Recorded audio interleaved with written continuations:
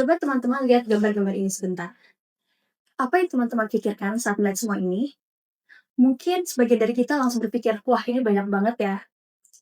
Atau mungkin baik teman-teman yang beranggapan kalau foto-foto ini adalah foto-foto yang estetik. Atau mungkin ada juga yang berpikir, wah ini pasti mahal banget, kira-kira pendapatannya berapa ya? Atau bahkan kalau kita jujur, mungkin ada juga perasaan kalau kita ingin memiliki hal sebanyak ini juga. Karena di era media sosial saat ini, pemandangan seperti ini tuh tidak lagi terlihat aneh. Rak yang dipenuhi oleh puluhan produk, lemari yang dipenuhi oleh barang yang bahkan mungkin belum pernah terpakai, kotak-kotak belanja yang datang secara terus-menerus, dan semua itu ditampilkan bukan sebagai sesuatu yang berlebihan, tetapi sebagai sesuatu yang menarik, aspiratif, dan bahkan normal. Kita hidup di zaman ketika semakin banyak barang yang ditampilkan, maka semakin tinggi nilainya sebagai suatu konten. Semakin besar shopping haul seseorang, maka akan semakin menarik perhatian. Semakin penuh rak seseorang, maka akan semakin menarik audiens untuk penontonnya. Tetapi pertanyaannya adalah, sejak kapan kelebihan mulai terlihat seperti kebutuhan? Dan sejak kapan memiliki lebih banyak dianggap sama dengan hidup yang lebih baik? Dan sejak kapan konsumsi yang berlebihan itu kita terima begitu saja dan menjadi bagian dari gaya hidup modern? Maka dari itu, saya, Zara Syafia Harinisa, ingin mengajak teman-teman semua untuk melihat salah satu fenomena yang sangat dekat dengan kehidupan sehari-hari, namun seringkali lolos dari pandangan kita, yaitu overconsumption.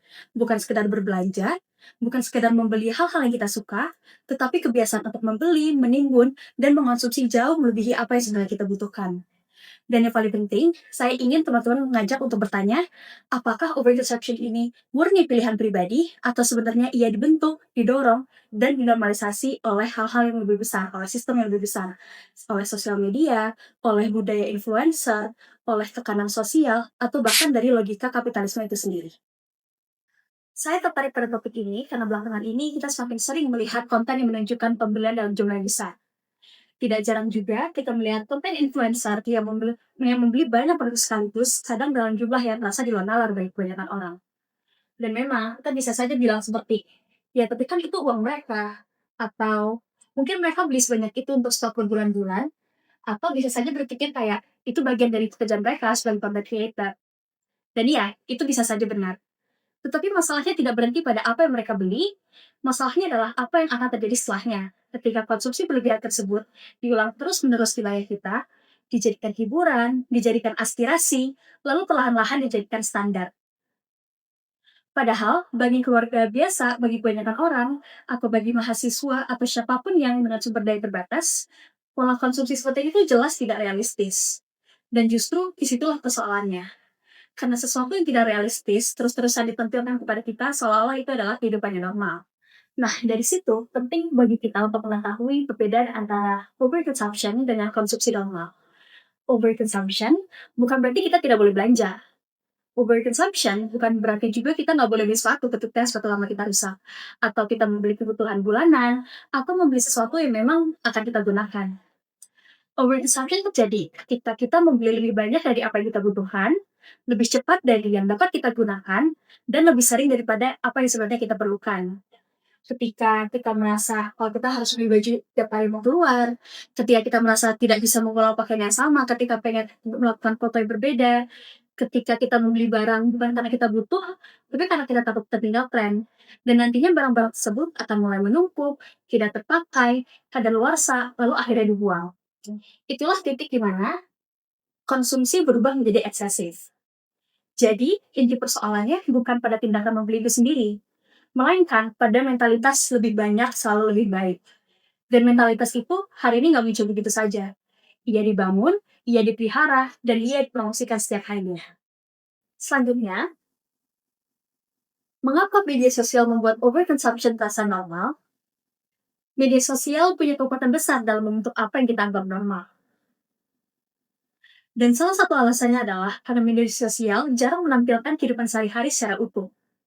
Yang kita lihat lebih sering adalah versi kehidupan yang sudah dipilih, disusun, dan dikemas agar terlihat menarik.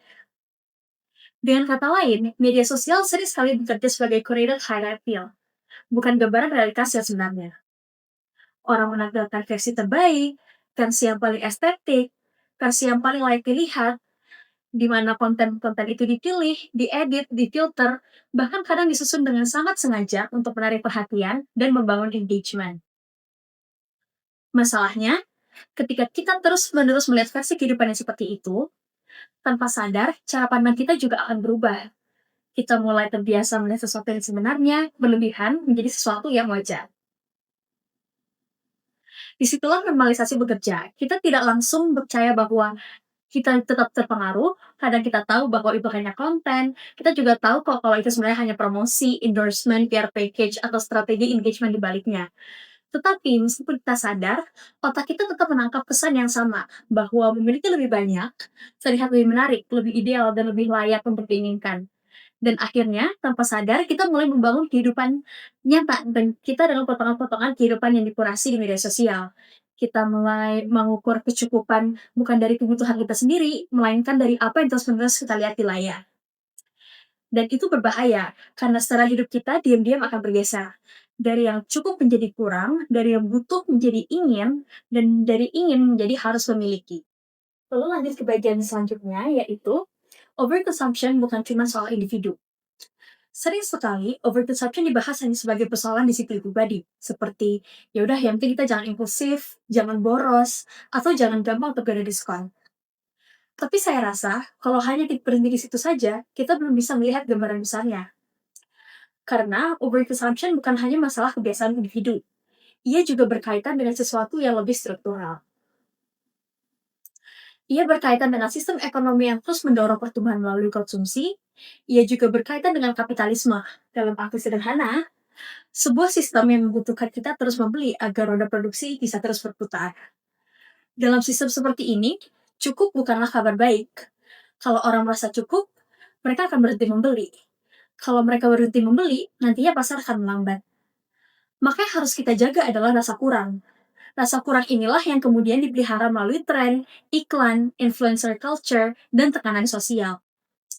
Kita dibuat merasa bahwa identitas bisa dibangun lewat barang, bahwa nilai diri kita ini bisa ditunjukkan lewat apa yang kita pakai, bahwa kebahagiaan itu bisa dibeli, dan bahwa versi terbaik dari diri kita sendiri itu selalu berjarak satu produk lagi. Dan karena itu, overconsumption tidak bisa dilihat hanya sebagai kegagalan individu untuk menahan diri. Ia juga merupakan hasil dari budaya yang terus-menerus mendorong kita untuk tidak pernah merasa cukup. Oke, berikutnya kita akan masuk ke bagian selanjutnya, yaitu dampak dari overconsumption. Yang pertama, ada dampak lingkungannya. Jadi setiap barang yang kita miliki akan memiliki jejak. Ada bahan baku yang diambil dari alam, ada energi yang dipakai untuk memproduksi, ada plastik yang digunakan untuk mengemas, ada transportasi untuk mengirim, dan ada limbah ketika barang itu tidak lagi dipakai. Ketika konsumsi meningkat secara berlebihan, limbah juga akan meningkat. Banyak barang dibeli bukan untuk dipakai lama, tapi hanya untuk memenuhi keinginan saat. Akibatnya, barang semakin cepat dibuang, cepat diganti, dan siklus itu akan terus berulang. Jadi, ketika kita bicara tentang kerusakan lingkungan dan perubahan iklim, konsumsi berlebihan bukan isu kecil di pinggir. Ia adalah bagian dari masalah. Selanjutnya, yang kedua ada dampak ekonomi dan ketidaksetaraan. Banyak barang murah tersedia karena di suatu tempat ada tenaga kerja yang murah. Bisa dilihat di gambar yang saya tampilkan di sini. Jadi banyak produk bisa dibeli cepat dan sering karena ada sistem produksi massal yang menekan biaya serendah mungkin. Dalam industri seperti fast fashion misalnya, murah bagi konsumen, sering sekali mahal bagi pekerjaan dan lingkungan.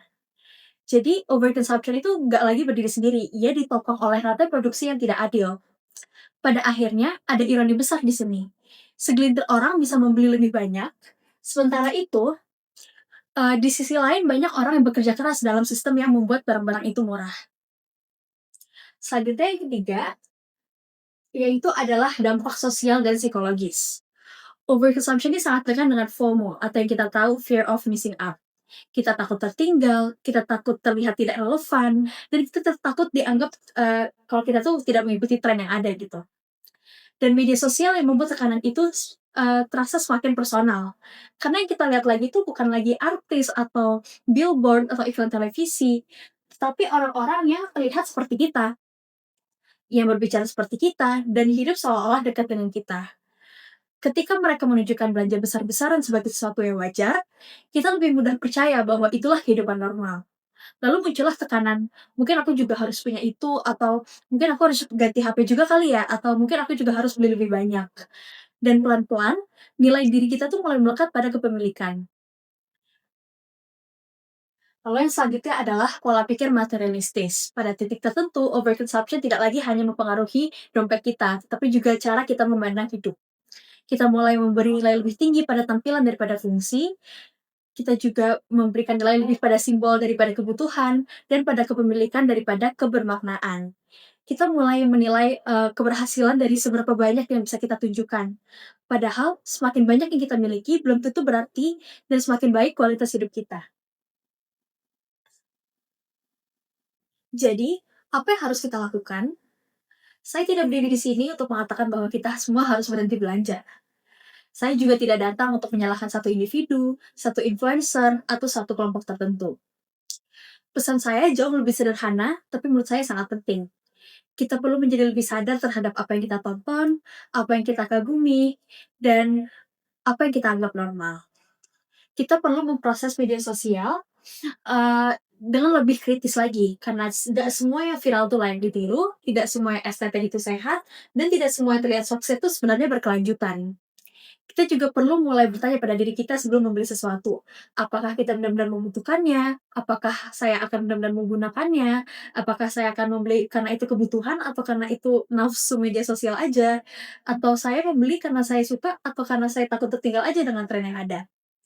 Pertanyaan-pertanyaan ini terdengar kecil, tetapi justru disitulah perubahan dapat dimulai.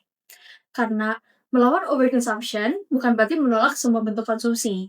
Melawannya berarti kita mengembalikan konsumsi ke tempat yang semestinya, sebagai alat untuk memenuhi kebutuhan, bukan sebagai ukuran nilai diri. Baik, lanjut ke bagian selanjutnya. Jadi, ketika kita kembali melihat gambar-gambar di awal tadi, seperti rak yang penuh, paket yang menumpuk, barang yang nyaris tak habis terpakai, mungkin pertanyaannya bukan lagi berapa banyak uang yang akan dihabiskan. Mungkin pertanyaan yang lebih penting adalah, budaya seperti apa yang sedang kita bangun ketika kita terus menormalisasi hal-hal seperti ini? Budaya membuat orang merasa kurang meski sebenarnya sudah cukup, budaya membuat barang terlihat lebih penting daripada maknanya, atau budaya yang membuat konsumsi berlebihan ini terasa biasa-biasa saja. Dan mungkin langkah pertama untuk mengubahnya bukan dimulai dari berhenti membeli, tetapi dari berhenti menggunakan kelebihannya. Karena pada akhirnya, masalahnya bukan bahwa kita membeli sesuatu, masalahnya adalah ketika kita diajarkan bahwa kita harus selalu membeli lebih banyak untuk merasa cukup. Padahal, mungkin kehidupan yang lebih sehat, lebih adil, dan lebih berkelanjutan justru dimulai saat kita berani mengatakan, enough is enough. Saya Zara Harinsa, terima kasih atas perhatiannya, dan mari kita mulai mengurangi overconsumption dan belajar bahwa cukup tidak pernah berarti kurang.